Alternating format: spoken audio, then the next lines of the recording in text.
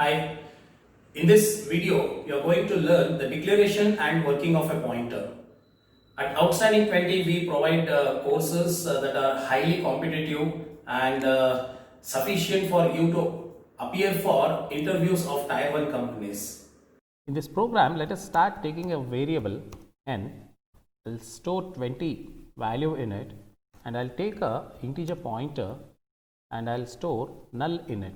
Now, what is this null and what happens if I don't store the null in it is what I'm going to explain you in another video. Now, let us start printing the value of n. So, value of n, since n is a signed integer, so the format specifier is %d.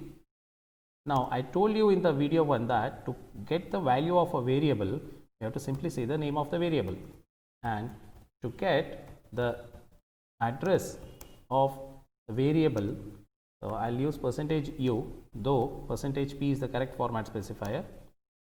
So, here it is ampersand. So, simply prefix ampersand. Now, I can even get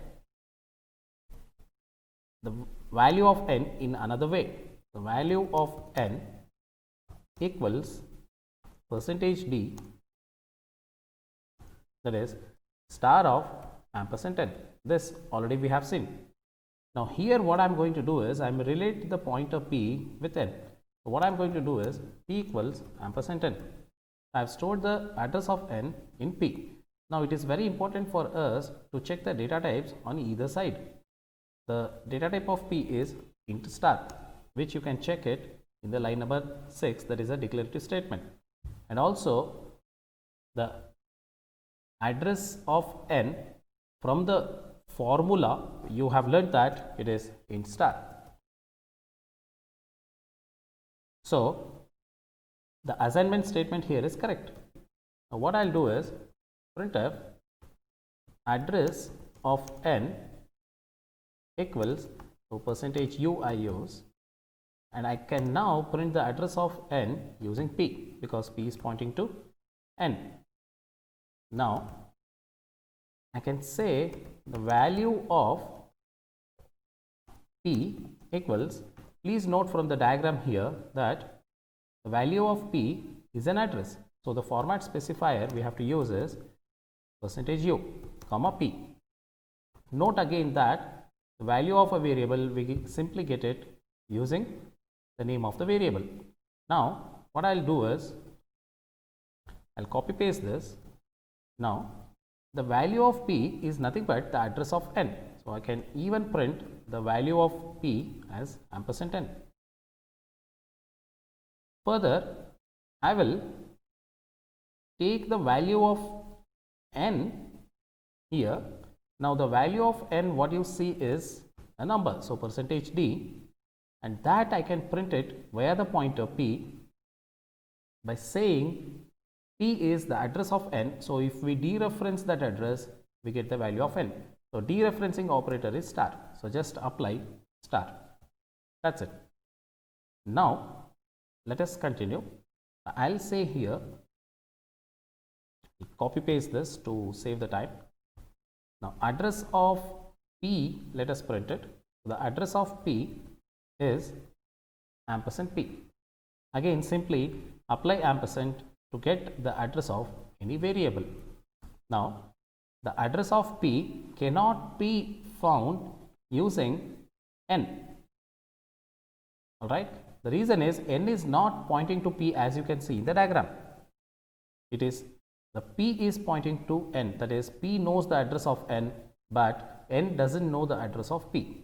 Lastly, we can get the value of n in another way.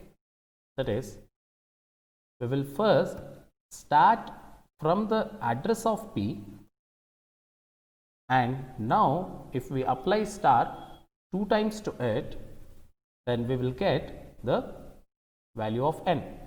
That is, from the diagram, as you see, the ampersand p is the address of p. If you dereference the address of p, you get the value of p, which is the address of n.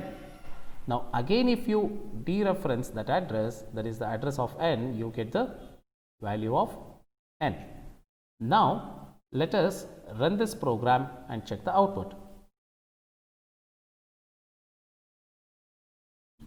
It is important for us to keep the output and the code side by side and understand them.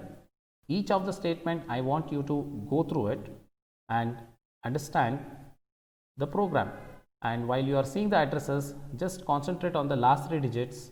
So the address of n is 548 and the address of p is 536. It is not necessary that p and n are side by side in memory. They might be or they may not be.